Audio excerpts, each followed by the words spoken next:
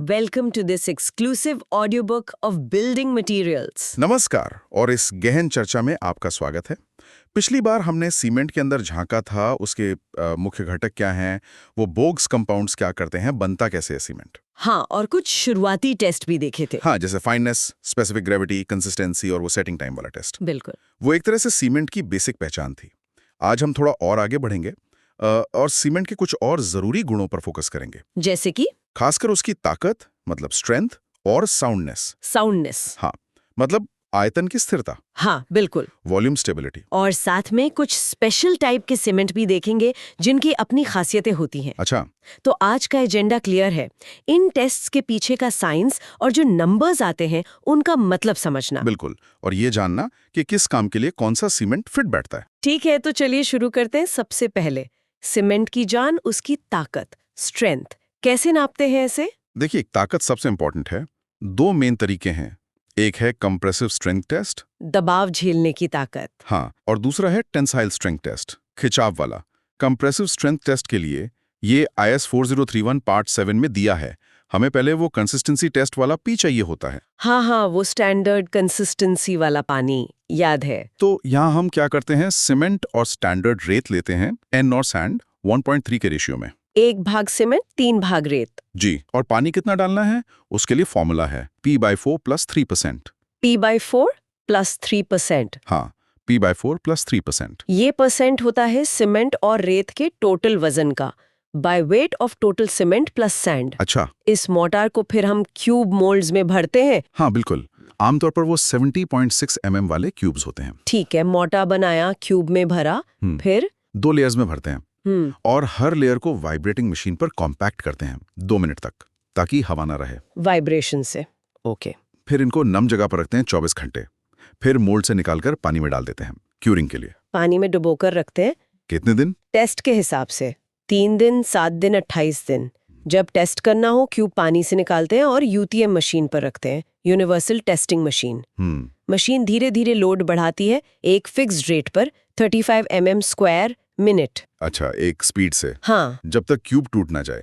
जिस लोड पर टूटता है उसे एरिया से डिवाइड करके स्ट्रेंथ आ जाती है mm² में। और एक ही क्यूब टेस्ट करते हैं? नहीं, कम से कम 3 क्यूब हर एज के लिए, और उनका एवरेज लेते हैं।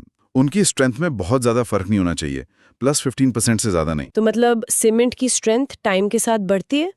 और ये जो ग्रेड होते हैं OPC 33, 43, 53, ये इसी 28 दिन वाली स्ट्रेंथ से जुड़े हैं। बिल्कुल सही पकड़ा आपने। OPC 33 मतलब 28 दिन की एवरेज कंप्रेसिव स्ट्रेंथ कम से कम 33 mm² होनी ही चाहिए। मिनिमम 33? हाँ, और एक रफ आइडिया ये है कि 3 दिन में करीब 50% आ जाती है 28 दिन वाली स्ट्रेंथ की, और 7 दिन में लगभग 70%। अच्छा।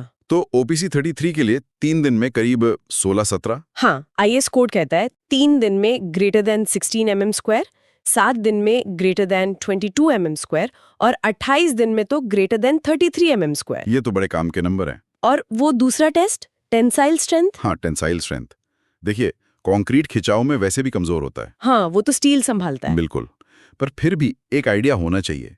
इसको नापना थोड़ा ट्रिकी है क्योंकि सीमेंट ब्रिटल होता है। इसके लिए खास शेप के मोल्ड यूज करते हैं, ब्रिकेट मोल्ड। ब्रिकेट, वो डंबल जैसा शेप? हाँ, कुछ वैसा ही, बीच में से पतला। पानी का फॉर्मूला भी अलग है यहाँ, P5 + 2.5%। P/5 जमा 2.5%। जी, P/5 + 2.5%। सीमेंट सैंड रेशियो वही 1.3 रहता है। इसमें 6 सैंपल का एवरेज लेते हैं, मशीन में लगाकर धीरे धीरे खींचते हैं 3.5 mm² मिनट। और जहां से टूटता है वो एरिया कितना होता है? वो क्रॉस सेक्शन एरिया होता है 25.4 mm × 25.4 mm, मतलब 1 इंच × 1 इंच। हाँ। इससे टेंसाइल स्ट्रेंथ निकलती है। और ये कंप्रेसिव के मुकाबले कितनी होती है? बहुत कम है। हाँ, काफी कम, करीब 10 से 15% ही। समझ गई। तो कंप्रेसिव स्ट्रेंथ ही मेन है। जी। अच्छा, अब आते हैं साउंडनेस पर।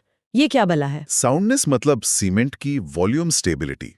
जब सीमेंट सेट हो गया, हार्ड हो गया, उसके बाद वो फैले नहीं। अच्छा, अगर वो सेट होने के बाद फैला तो दरारें आ जाएंगी स्ट्रक्चर में, क्रैक्स, और स्ट्रक्चर कमजोर हो जाएगा, ड्यूरेबिलिटी कम हो जाएगी। ओके, तो ये फैलता क्यों है? क्या होता है सीमेंट में? मेनली 2 चीजें हैं जो बाद में धीरे धीरे रिएक्ट करके फैलती हैं। एक है फ्री लाइम मतलब अनकम्बाइंड CaO, जो ठीक से जुड़ा नहीं। हाँ, और दूसरा है मैग्नीशिया, MgO। ये दोनों अगर ज्यादा हो तो सीमेंट अनसाउंड हो सकता है। सल्फर भी एक कारण है, पर उसका टेस्ट नहीं है। तो पहले लाइम की बात करते हैं। कैसे पता करें कि लाइम ज्यादा है और वो बाद में फैलेगा? उसके लिए है Le Chatelier test. Le Chatelier test IS 4031 part 3।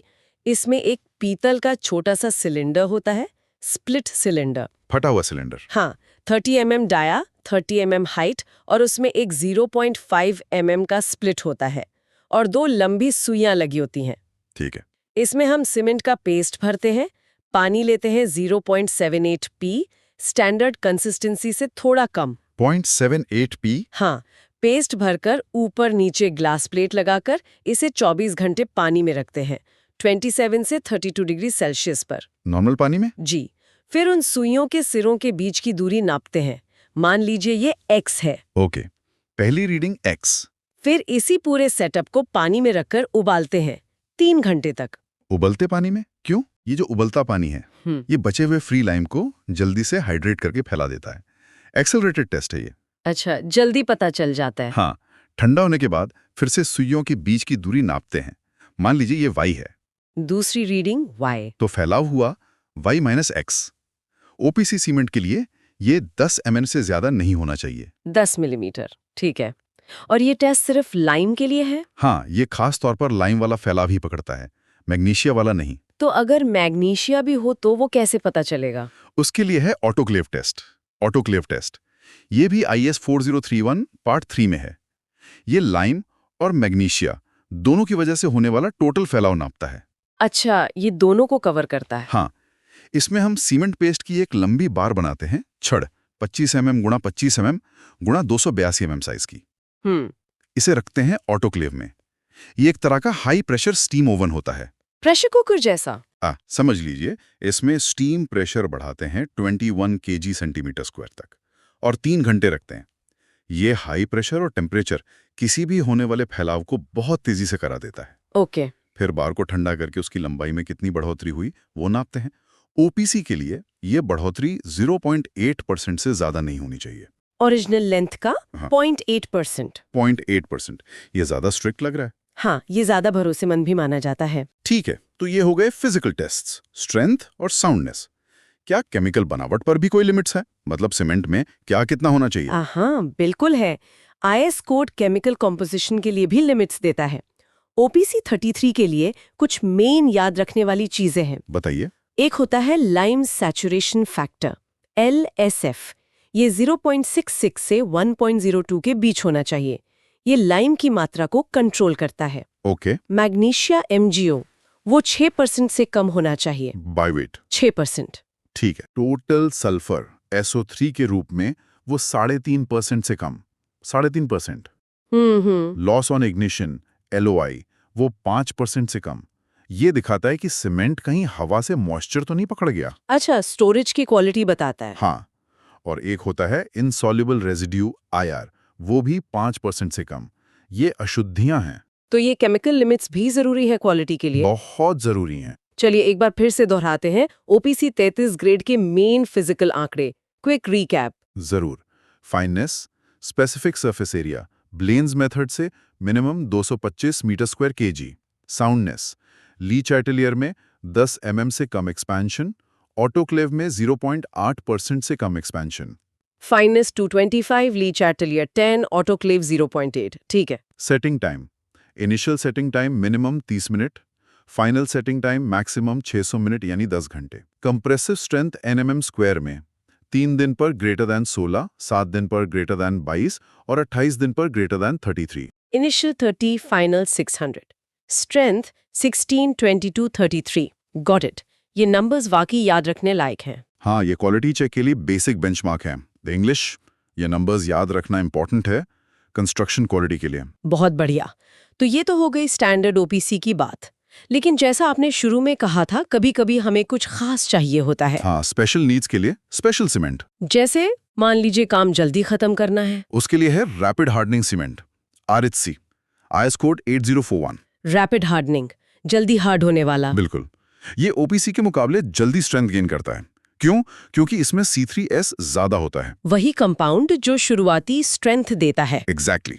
और दूसरा, इसे ज्यादा बारीक पीसा जाता है। इसकी फाइनेस होती है minimum 325 metre square KG, OPC की 225 थी। अच्छा, ज्यादा बारीक। हाँ, ज्यादा सरफेस एरिया तो रिएक्शन तेज।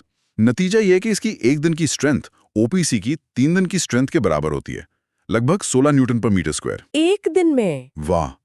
कहाँ इस्तेमाल होता है ये? ठंडे मौसम में जहां रिएक्शन स्लो हो जाता है, सड़क की मरम्मत में, प्री कॉस्ट कंक्रीट में जहां फॉर्म वर्क जल्दी हटाना हो। लेकिन इसका सेटिंग टाइम वो भी तेज होता है? नहीं, यही खास बात है। इसका इनिशियल और फाइनल सेटिंग टाइम ओपीसी जितना ही रहता है, मिनिमम 30 मिनट्स, मैक्सिमम 600 मिनट्स। ये जल्दी सेट नहीं होता, जल्दी हार्ड होता है, स्ट्रेंथ जल्दी पकड़ता है। ये बहुत इंपॉर्टेंट डिफरेंस है। ओके, और अगर इससे भी ज्यादा तेजी चाहिए हो तो फिर आता है एक्स्ट्रा रैपिड हार्डनिंग सीमेंट। इसमें क्या करते हैं, आरएचसी में ही लगभग 2% कैल्शियम क्लोराइड मिला देते हैं, CaCl2। Calcium chloride? वो तो एक्सेलरेटर है ना? हाँ, ये हाइड्रेशन को और तेज कर देता है। आरएचसी से भी करीब 25% ज्यादा स्ट्रेंथ मिल सकती है शुरू में। फिर तो ये और भी अच्छा हुआ। नहीं, इसमें एक बड़ी प्रॉब्लम है, क्लोराइड। ये स्टील की सरियों में जंग लगाता है, कोरोजन। ओहो, तो आरसीसी में यूज नहीं कर सकते? बिल्कुल नहीं, सख्त मना है। इसका कोई अलग IS कोड भी नहीं है, इसी वजह से। समझ गई, जंग का रिस्क नहीं ले सकते। अच्छा, अब दूसरी सिचुएशन, बड़े स्ट्रक्चर जैसे डैम, उनमें तो बहुत गर्मी निकलती है सीमेंट से, हीट ऑफ हाइड्रेशन। हाँ, मास कंक्रीटिंग की प्रॉब्लम। अगर बहुत ज्यादा कंक्रीट हो तो अंदर की गर्मी बाहर नहीं निकल पाती, टेम्परेचर बहुत बढ़ जाता है। और फिर ठंडा होने पर? ठंडा होने पर सिकुड़ता है। ये टेम्परेचर डिफरेंस और सिकुड़न थर्मल क्रैक्स पैदा कर सकते हैं। तो इसका क्या समाधान है? इसके लिए है low heat cement, LHC, IS code 12600। जैसा नाम है, इसके हाइड्रेशन में गर्मी कम निकलती है। Less heat is generated? कैसे, क्या अलग होता है इसमें? इसकी केमिकल कॉम्पोजिशन बदलते हैं। जो कंपाउंड ज्यादा गर्मी देते हैं, C3S और खासकर C3A, उनको कम कर देते हैं। C3A सबसे ज्यादा गर्मी देता है ना? हाँ, तो इन्हें कम करके C2S बढ़ा देते हैं। C2S धीरे धीरे रिएक्ट करता है और गर्मी भी कम निकालता है। अच्छा, तो गर्मी कम निकलती है। हाँ। 7 दिन में करीब 65 किलोग्राम, 28 दिन में 75 किलोग्राम, जबकि ओपीसी में ये 80-90 और 90-100 होती है। काफी फर्क है। हाँ, इसे बड़े डैम्स, मोटी दीवारों, ऐसी जगह यूज करते हैं, लेकिन क्योंकि गर्मी कम निकलती है और C2S ज्यादा है, तो शुरुआती स्ट्रेंथ कम होगी। बिल्कुल, स्ट्रेंथ धीरे धीरे आती है और इनिशियल सेटिंग टाइम भी ज्यादा होता है, मिनिमम 60 मिनट, ताकि आराम से प्लेस कर सकें। ये भी बहुत लॉजिकल है। अच्छा, एक और दिक्कत आती है स्टोरेज में। नमी, सीमेंट सील जाता है। हाँ, खासकर बरसात में या कोस्टल एरिया में। इसके लिए है हाइड्रोफोबिक सीमेंट। हाइड्रोफोबिक, पानी से डरने वाला। हाँ, रेजिस्ट्स मॉइस्चर ड्यूरिंग स्टोरेज। इसे बनाते वक्त ओपीसी क्लिंकर पीसते समय उसमें कुछ वाटर रिपेलेंट केमिकल मिलाते हैं, जैसे ओलिक एसिड या स्टीरिक एसिड। वो क्या करते हैं? वो सीमेंट के हर दाने पर एक पतली सी पानी से बचाने वाली फिल्म बना देते हैं, तो हवा की नमी अंदर नहीं जा पाती। और जब मिक्स करते हैं तब? मिक्सिंग के दौरान वो फिल्म घर्षण से टूट जाती है और सीमेंट नॉर्मल तरीके से पानी से रिएक्ट करता है। कमाल है। तो ये नमी वाले इलाकों के लिए बढ़िया है। हाँ, या जहां लंबा स्टोर करना हो सकता है स्ट्रेंथ थोड़ी सी कम हो ओपीसी से, पर कम से कम खराब तो नहीं होता। सही बात है। अब एक आखिरी नाम, quick setting cement. Quick setting cement, ये रैपिड हार्डनिंग जैसा है? नहीं, ये अलग है। इसमें लोग अक्सर कंफ्यूज होते हैं। क्विक सेटिंग मतलब जो बहुत जल्दी सेट होता है, अपनी प्लास्टिसिटी खो देता है। हार्ड नहीं होता जल्दी? जरूरी नहीं, ये जल्दी जमता है।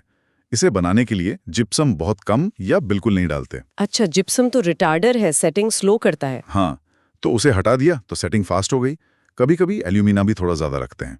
कहाँ काम आता है ये? पानी के अंदर काम करने में, अंडर वाटर कंस्ट्रक्शन या बहते पानी में ग्राउटिंग करनी हो, जहां चाहिए कि सीमेंट बहने से पहले जम जाए। कितना जल्दी जमता है ये? इसका इनिशियल सेटिंग टाइम सिर्फ 5 मिनट होता है और फाइनल सेटिंग टाइम करीब 30 मिनट। 5 मिनट? हाँ, बस? ओपीसी का तो 30 मिनट था इनिशियल। हाँ, और फाइनल 10 घंटे था। ये 30 मिनट में फाइनल सेट। वाह, ये तो सीमेंट की दुनिया की एक वाकई बहुत गहरी और डिटेल जानकारी मिली आज।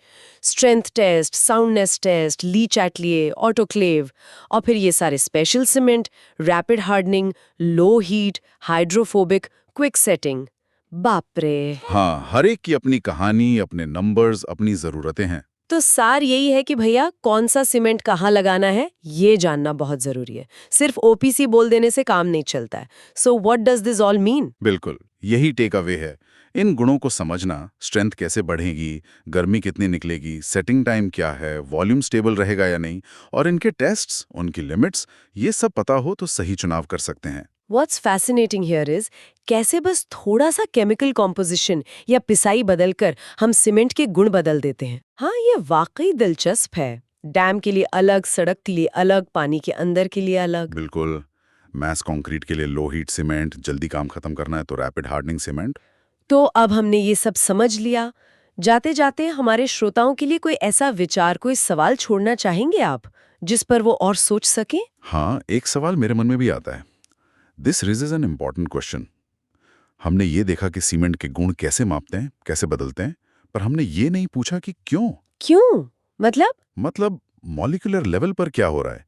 क्यों C3S जल्दी स्ट्रेंथ देता है, क्यों C3S ज्यादा गर्मी छोड़ता है, पानी के साथ वो कौन सी रिएक्शंस हैं जो असल में वो बाइंडिंग जेल बनाती हैं जिससे स्ट्रेंथ आती है। सीमेंट केमिस्ट्री की ये जो गहराई है, ये फंडामेंटल क्यों, ये आज हमने टच नहीं किया, पर ये आगे जानने के लिए एक बहुत ही रोचक दिशा है। बहुत ही उम्दा नुक्ता कि ये सब होता क्यों है केमिकल लेवल पे।